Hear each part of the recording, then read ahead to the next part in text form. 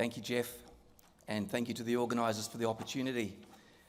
Just as I'm settling in here, can I just acknowledge the presence of my colleagues from WorkSafe here in the audience, and in particular Paul Foley and Jubin Koshi, who are my colleagues in the radiation protection section. I'd also like to acknowledge the presence of my long-suffering PhD thesis supervisor, Dr. Marcus Catani. Thank you for everything you did, Marcus. We will remain colleagues now that I've finished. So anybody surprised when Jeff said that my research looked at perhaps 100 years of mine worker exposure to naturally occurring radionuclides? Turns out I'm going to follow Tracy's learnings here, and that is you look back to history so you can look forward. In the 1920s, isotopes of radium were used for cancer therapy, and this led to a global search for radium, and at one point it was so valuable that on a gram per gram basis, radium was worth more than the Hope diamond. So it really drove an industry of its own. In 1929, the Hollerton deposit, which is just outside the Southern Cross, was discovered. It was explored but not turned into a project. But in 1947, Shanes Bay, which is in the Albany region, was first exploited for mineral sands, which contains uranium and thorium. So that's where the 100 comes from.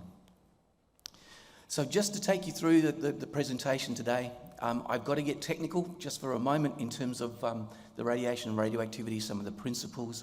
And then I want to put that into a risk framework that many in the audience would understand better. Then to explore why am I interested so much in naturally occurring radionuclides in the WA mining industry, and what's happening in terms of our response to the challenges that they present, and then to look at some emerging issues. So let's kick off. And I promise to keep the technicalities down to a bare minimum, but in order for the rest of the presentation to make sense, I have to talk in terms of the way that activity is measured in terms of its quantification. We talk of the term becquerel. Now what a becquerel is just simply one atom disintegrating and releasing its radioactivity every second.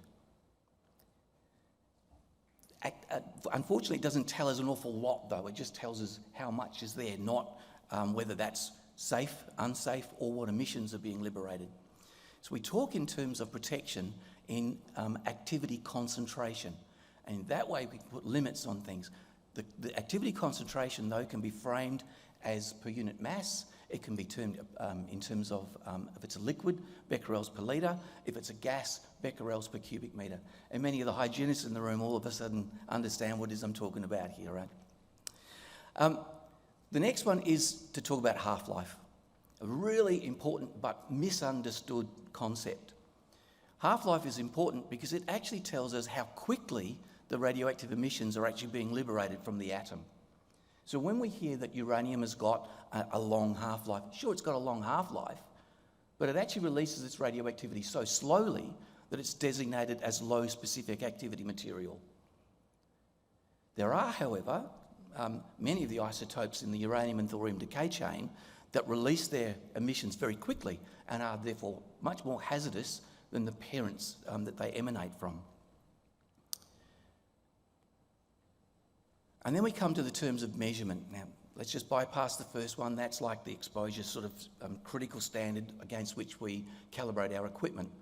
But in terms of dose and dose rate, we actually measure absorbed dose, or in other words, the amount of radioactivity that impacts upon surfaces or on masses. We measure that in a frame called grays. And a grey can also then be turned into dose rate. We can measure it in grays per hour, but the term we often use when we're talking about naturally occurring radionuclides is micrograys per hour, so incredibly small levels. And then what do we do in terms of exposure to people? We convert grays into sieverts, and what a sievert is, it allows for the interaction of different types of radiations with human tissue. In mining applications, we talk in terms of millisieverts, so it's quite a small unit again, but around the millisievert frame is where we set all of our exposure standards. And I need to put these into context for you. Now, as we've seen from the early presenters, the issue with radiation is it has acute effects. So if you receive very high doses over very short periods of time, it can actually cause quite significant illness.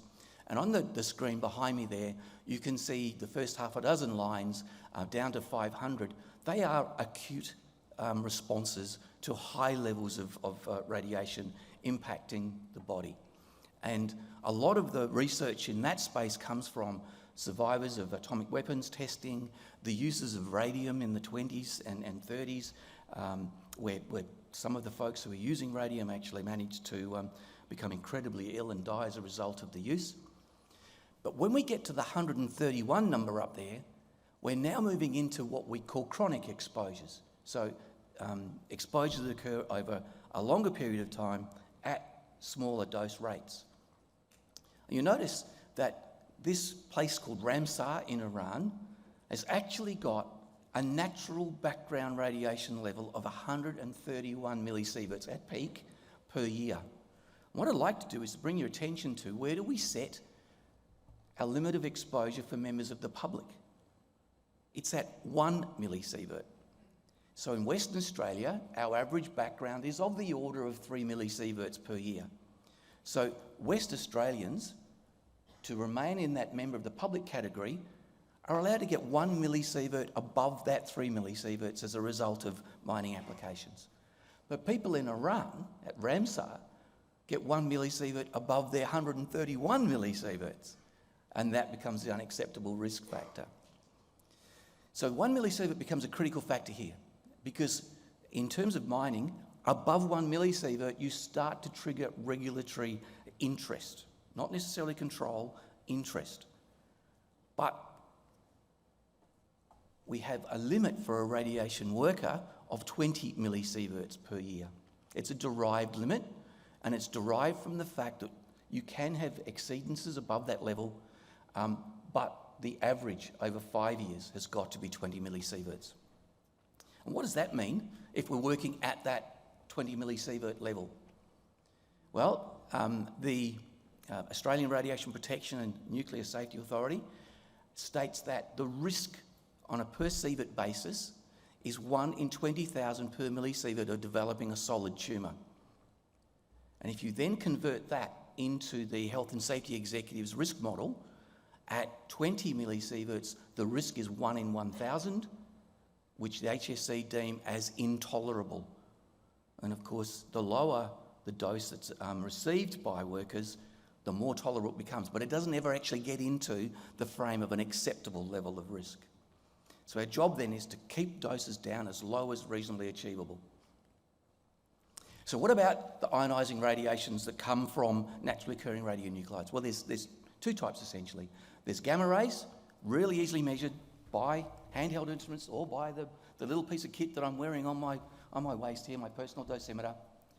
And then there's the more complex ones, which are particulate emissions. A little bit like Matt talking about particulate versus other emissions with diesel exhaust. Two important emissions here are alpha particles and beta particles. Essentially what these are, they're parts of the atom that break off and then are able to be, they're actually radioactive in themselves, and then if they get inside the human body, it can cause havoc. So let's turn our attention to what are these mining naturally occurring radionuclides. They are primordial nuclides. In other words, they were formed at the time of the Big Bang. And primarily what we're interested in are two series of nuclides. Those that have a parent that is uranium-238 and those that have a parent thorium-232. There are other primordial nuclides, but they actually don't contribute significantly to mine worker doses. As I said, they're naturally radioactive. They are heavy metal toxins, and I can tell you the parent atoms will cause death by poisoning because they're heavy metal toxins well before they'll induce harm because of their radioactivity. Both of the series they're the parents of a long and complicated decay chain, and I'll show you the uranium one just as an example. So uranium has got 14 members in its decay chain. It finally finishes up being the stable element of lead. But importantly in that screen above us, so you can see the red circles, we have 5 members of that decay chain that actually emit alpha particles, but emit them slowly. In the box, in the middle, is a group of what we call very highly active, short half-life progeny of a radioactive gas. Let me just step that back for you. You can see the purple box on screen right. This isotope called radon-222. It's a gas. It will escape from whatever surface that it's in, whatever material that it's in, get into the workplace atmosphere, and then undergo its radioactive decay. That radioactive decay releases this series of short, half-lived, highly active progeny, which if inhaled can be extremely hazardous to health. And I will just make a point of the United Nations Scientific Committee on the Effects of Atomic Radiation have stated that after smoking, exposure to radon and radon progeny is the second highest cause of cancer globally. So we have a challenge here. Number one is we don't want those long-lived alpha emitters getting into the workplace atmosphere in the form of dust. And if radon is able to escape in the workplace atmosphere, we've got to do something about controlling the concentration of radon progeny. And like everything else that's been spoken about this morning, the solution to pollution is dilution. Good, strong cross currents of air will actually keep the concentration of radon down to well below acceptable levels. But in underground mines, it becomes a particular issue if the ventilation isn't to where it should be. Another point too, every one of those members of that decay series that's indicated with a B for a beta particle is accompanied by a gamma ray, and so that we have a series of isotopes that can contribute electromagnetic radiation, which is a hazard from the external part of the body to the external part of the body. So let's take this a little step further. Why WA? Why are we interested in this stuff, and what is the issue? The primary issue in WA is that these the NORs, let me call them NORs, occur in trace concentrations in rocks and soils across the earth. But in Western Australia, our lithology is replete with this material. Studies that have been done around the Perth area indicate that the concentrations of uranium and thorium in the Darling Scarp are 10 times more than the global crustal average. And those materials over time have washed down and to the east and west. To the west it's formed mineral sands deposits. To the east it gets into our tantalum, our lithium, our bauxite, where it can become concentrated. Okay, so there's an issue here for the mining industry just from the Darling Scarp and mining sectors around that area. Here's my big takeaway for you, and that I think that Jeff was alluding to when I said I might shock you. This is data from the Geological Survey of Western Australia, and what it is, it's a map of the known, I say known and I emphasise that, uranium deposits in Western Australia. And regardless, I don't want to be a little bit on the edge here, regardless of your politics. Western Australia has one uranium mine that's approved. It is simply waiting now for final investment decision before it becomes a reality, and the state will be part of the nuclear fuel cycle in the not too distant future. That operation is the Mulga operation, just a couple of 100 kilometres northeast of Kalgoorlie. But look at how many deposits there are, folks. There's over 60 that are known, and I can tell you that at about $70 US a pound, these deposits start to become commercially attractive. That's on the spot market. Last week, the spot price for uranium hit $67 US a pound. We have an emerging nascent issue just around this and how we manage, are we going to enter into the uranium sector or not? But the thing I'd like to point out to you there, and why I show this map, just look at where those known deposits occur and their overlay over the state's hard rock industry, iron ore industry, and, well, there used to be diamonds up in the north.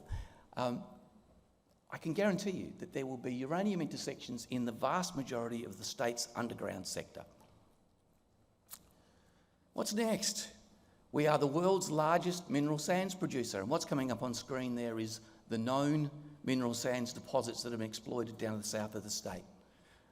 The next ones are those known that have been exploited to the north of Perth. The next one are the new and emerging operations. The next one are the operations that we know that are associated with deposits of monazite and xenotime that are going to form the basis of the state's rare earth sector. Here come where our major rare earth entities are going to be situated. That's right now, they're the here and nows. And a couple of the new projects that are being deemed for exploitation of rare earths as well. What I would point out to you is we've got these three provinces that are starting to unfold. There's a province that's based around Esperance, there's a province that's based in the Gascoyne, and there's a province that's based up in the northwest, up towards the Northern Territory border. There is significant deposits to be exploited, and that in itself is providing a challenge to us. But we also, of course, as we sort of march into the battery minerals sector of the future, we're also a major source of tantalum and lithium projects, and may I just add here that whilst those products, the lithium itself is not radioactive, what we are finding is they're associated with contaminated groundwaters. And we've actually having to, from a regulatory response, put impositions on the use of groundwater on the mining operations that are in that space. And I also point out that tantalum is often accompanied with the lithium. The radioactivity associated with those deposits follow tantalum, and so we've got regulatory controls required over tantalum deposits as well. Just have a look at that picture up there. This is what the state has. This is the challenge for us. And as we race into this future, what I don't want to see happen is to hark back to Jeff's Whitnum accolades, that we actually end up creating a Whitnum-esque legacy for the state because of the radioactive spoils that come out from exploitation of these minerals. So why is it important? As I've already said, that workers can be exposed externally to gamma rays. They can inhale radon and radon progeny, or they can inhale the long-lived alpha emitters out of both decay chains. But here's why it's so important, and that is that the mining and extraction industries have been long associated with individual occupational exposures to naturally occurring radionuclides, and there is an excess of cancer incidence or respiratory system illness observed in studies of mine workers around the world. Now that came out in 1993, based around a paper by Steinhauser, but Steinhauser has been extolling this message since at least the late 1970s. It is not an excuse that we don't understand the issues and the risks associated with naturally occurring radionuclides. And here, again, to channel Tracy, look back over your shoulder to see what's coming. As a much younger person, I was a mines inspector back in the early 1980s and inherited this issue. Very small number of radiation protection professionals, but look at these numbers, folks, and go back to that limits that I talked about earlier on. The mineral sands industry in Western Australia started to exploit monazite, which is a very strong source of rare earths, but contains 65,000 parts per million thorium and 3,000 parts per million uranium in our richest deposits. In the 1980s, there were a cohort of workers that were exposed to the point they were receiving, what we could measure, 165 millisieverts per year, 8 times the current acceptable standard. And as you'll see in a minute, that acceptable standard has changed significantly, and so will those doses. The mean dose to 270 workers across the industry was 31 millisieverts, 50% higher. And I've got to tell you that our separation methods have not changed one iota from the 80s. Not one bit. So the potential for exposures as we race towards this new frontier of critical minerals, the potential for exposures is extreme. And I've just made some notes as I came along. So rare earths is a big part of where we're going, right? We want to be part of this. We've signed contractual relationships with the US, etc., etc. Australia has had one prior experience at rare earth separation. It happened in Port Pirie, and it happened in the 1960s. Doses to workers, this was highly guarded. It was part of the Military Secrets Act at the time. Doses to workers were estimated at 500 millisieverts per year.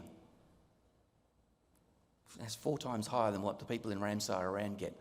I'm not being conservative or cautious here. I'm actually really, really concerned about what we do with worker exposures as we sort of grapple with this new future of emerging technologies. And it wasn't only workers. There are some of us here that are long enough in the tooth to remember this. But at that time, the entire town of Capel was contaminated with radioactive tailings. Paul and I were in shorts, and we spent a large portion of our 20s going around crawling under houses and in roof spaces. And Paul was famously photographed on the school oval, making sure that dose rates were okay for kids to inhabit the oval. I had to spend an insufferable week playing the Capel golf course to make sure that the top dressing had brought it down to an acceptable level. But this made it into the global press, just how bad this was. Capel was described as the Maralinga of Western Australia. There were a number of houses that were tested at that time where members of the public were getting 35 millisieverts per year. 35 times what they were allowed under the... 1 millisievert was the occupational standard at the time. So let's move forward. And where do we find ourselves now? Well, the West Australian and Australian legislative framework is largely guided by what happens internationally. And I've just given you a little quote here in terms of the expectations of the International Atomic Energy Agency in terms of the response of regulatory agents. And the first line is the important one. The government shall ensure that adequate arrangements are in place for the protection of people and the environment, both now and in the future, against the harmful effects of ionising radiation. Big challenge. And where do we find ourselves now? And I don't want to labour on this, but this is the current framework in terms of Australia and Western Australia. So Western Australia, we doff our cap to the Australian federal authorities, and we do what we can to try and align with their requirements. However, and this is where I get a bit controversial, so look out. Ever since the AUKUS arrangement has been announced, all of our federal counterparts have thrown every one of their available health physicists into the future world of nuclear submarines. There's very, very little work, very little attention being paid to this space, the naturally occurring radionuclide space, despite what's going on in terms of the mining sector. And essentially, we've been left to our own devices. So it's up to the state to regulate this sector. The state, and say it's complex. You can probably see from there that we have international contributors, and then it's complex, it's unwieldy, and it doesn't particularly enable the state to move ahead and be consistent with other states. There's our West Australian regulatory framework. So not only is WorkSafe Mine Safety involved, but also there's the Radiological Council that involved, EPA via the Department of Water and Environmental Regulation get involved. There's many moving parts in this, but again, the primary regulator is mine safety under the auspices of the Work Health and Safety Mines regulations. So how have we responded? Well, I've got to say that the current regulatory framework that came along when the new legislation was endorsed back in 2021 is of best practice. We've tried where we can to align ourselves against the federal authorities, but that document on, stage right again, is up for review, and there's nobody to review it at the national level. So we're marching on regardless. We have now actually implemented a requirement that any mining operation that exceeds that 1 becquerel per gram, remember the activity concentrations earlier, gain our interest. That's all mineral sands producers, the vast majority of rare earths explorers, the vast majority of tantalum lithium operations. And when we get involved is when work doses exceed that 1 millisievert limit for members of the public. Onus is on the mining operator to tell us with data that in fact they do or they don't, and then they become a relevant mine or dodge the bullet from us. We have backed that up now with a series of we call the Naturally Occurring Radioactive Material Guidelines. Our first guideline on dose assessment was released beginning of last year. That has now been accepted and is being used internationally. And our current document, Norm 2, which is about radiation management plans and the qualifications for radiation safety officers, is currently going through a public consultation process. And then we've got 2 more that are steeped up as well, Norm 6 and Norm 1 on radioactive waste, and also on reporting requirements. So I think it's fair to say that we're actually leading the charge globally in this space, but there is so much work to get done to keep ourselves up to speed. As I've said, we now move into the challenges. So number 1 is that as we race towards this battery minerals and critical elements, it's just that we have the capability, we just are struggling for capacity. There is 168 WA-based, ASX-listed explorers and miners with rare earths in their portfolio. And of those, 54 have currently got boots on the ground. All of them need to have radiation management plans. All of them need to have radiation safety officers. It is, Paul Jubin and I have been dealing with sort of 7, 8, 9 of these reporting entities and keeping on top of that. But it exploded 4 years ago to 20, and now here's the potential, 220. So if there's any radiation people out there, come talk to us at the break. We may well be recruiting soon. Challenge number 2, internal dose risk factors. So in 2019 and 20, like everything you've heard so far, the risk factors for exposures have been revised, and pretty much every one of the doses that we reported up until about 2017-18 are likely to be doubled as a result of this increase in risk factors. So just go for the march with me. That 165 millisieverts in the 80s is more likely 300 millisieverts. So 50 times the current standard. And as I say, conditions haven't changed that much from the 80s. Yeah, we've got some better ventilation, but the mineral sands have still got the radioactive elements in them. We've had designated workers in the mineral sands industry the first time since 2000 as a result of these changed dose coefficients. That then has actually driven changes to the derived air concentration for how much activity is about to be in the air. We're down to extremely low levels. That little dip around 1995, 96, we're not sure whether that actually eventuated or not. It should have, but it post-dated the current team, and so we're not sure. But let me just point out where we're at now. The maximum activity concentration was measured in 2011-12 with 3,000, which is equivalent to about 60 millisieverts under today's currency. In 2017-18 was 800, which is around 18 millisieverts in today's currency, and of recent 420, which is 17 millisieverts. We are right on the edge in terms of that derived exposure limit, and that's only from dust. It's not including gamma and radon and progeny. So here's something that's happening weird too. So we're actually seeing, you can see from the red line over the last little bit, that the maximum airborne activity concentration is decreasing, but at the same time, the maximum internal doses is actually increasing. Try explain that. I can't explain that to a global audience that's really interested in what WA is doing. It's only science that Alice in Wonderland could explain.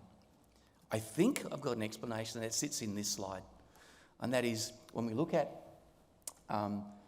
green bars are these personal gamma dosimeters, so how many workers are being monitored, and that's increasing apart from last year, 2 years ago. The personal gamma dose has come down as we're introducing more operations with lower exposures. But look at the blue bars, the number of personal dust samples, which is how we evaluate internal dose. It's been decreasing over the last 3 years, and might I add, I've done some rough numbers. It decreased again to its lowest ever level in recorded history, last reporting period. But the mean internal dose is going up. I can tell you, we simply are not doing the right monitoring, and we're not doing enough of it. And that is the reason. That brings me to the end. I say, look, for those of you who really, really want to cure your insomnia, my research thesis is available. It captures all of what I've said there. And, oops, I'm going to go back. But come and see me if you'd like a direct link to the research thesis, and I'll be happy to share it with you. thanks for going on the journey with me. Cheers. Dr. Martin, thank you very much. Don't go yet. Don't go yet. A couple of things. One, I've written down some of the phrases you used. I've been alarmed by all of them, but you did refer to your personal dosimeter. Yep. Are you wearing it now? I am. Yep. Easy. Do you wear it all the time? Yep. Yep. What does it tell you? It's telling me that me personally, I'm exposed to very, very low levels, but I don't get out in the field as much as I used to. So Will more and more West Australians in the mining sector be wearing them? we are pushing like bajingies to make sure they do. You also, you referred to millisieverts. Now that's obviously something that we have to measure and remember for the rest of our lives. You mentioned radon and its progeny. Yep. So that's terrifying. Yep. And of course, naturally occurring radionuclides. You know, this has been your business and your work for, I would guess, about 40 years. Yep. And as with Tracy, you are inviting us to look over our shoulders and be reminded of where we've been. Yep. And what the opportunity is to learn. There is this one question and time will beat us, that you mentioned, where are we? You mentioned the situation in Iran. Mm-hmm. Yeah, what do we know about Ramsar? Why do people live with 131 millisieverts in that part of Iran? And has there been a sort of a documented history of the health consequences of that? That's a great question, and thank you for it. Look, for everything that the research that I've read about Ramsar is it's a historical place of occupation, and so you've got families and communities that have been there for an extended period of time. The studies that we've seen so far is that there is no increased incidence of cancer. And it's one of the confounding things if you believe that every dose carries a risk. The people in Ramsar and there's also Kerala in India, which have got similar exposures. It would suggest that perhaps there's a threshold above which cancers and what have you actually increase. But trying to determine unexposed from that cohort of people, very, very difficult, very hard science. And people are very affected by what you've been telling us today, and let's just perhaps dash through a couple of questions if we may. What are the time? No, you can stay there and I'll stay here. Yep. What are the time? I don't want to get too close to you because you've got that thing on. What are the time frames for cancers and exposure to the increased radiation levels? Is this a workers' comp tsunami heading our way? Now, that's a very important and emotionally laden question. Can you answer it? I can answer it, but people aren't going to like the answer. So we actually put forward a research program to follow up workers who have been exposed in the mineral sands industry for extended periods. The research funding was granted and then was withdrawn at the last moment in a political decision. So we should be able to answer you, but I'm afraid we can't. So we still know who those workers are, and we could follow them if we had. It just takes some political will to find out. Okay. Yep. How frequently is the radiation plan at a mine site? How frequently should it be updated? Okay. So under the previous legislation, it was every 2 years. Under the new legislation, it's every 3 years, or unless there is a significant change that will actually have an impact upon worker exposures. Now, I don't know if this is a difficult question to answer, but do you have any data from Browns Range Rare Earth pilot plant near the border east of Halls Creek? We are very much across that, and we are corresponding with the operators on a weekly, if not more frequently, basis. I would think that is the only way you could answer a question like that in this environment. Martin, thank you very much indeed. Really appreciate it. Pleasure to meet you. Thanks, everyone.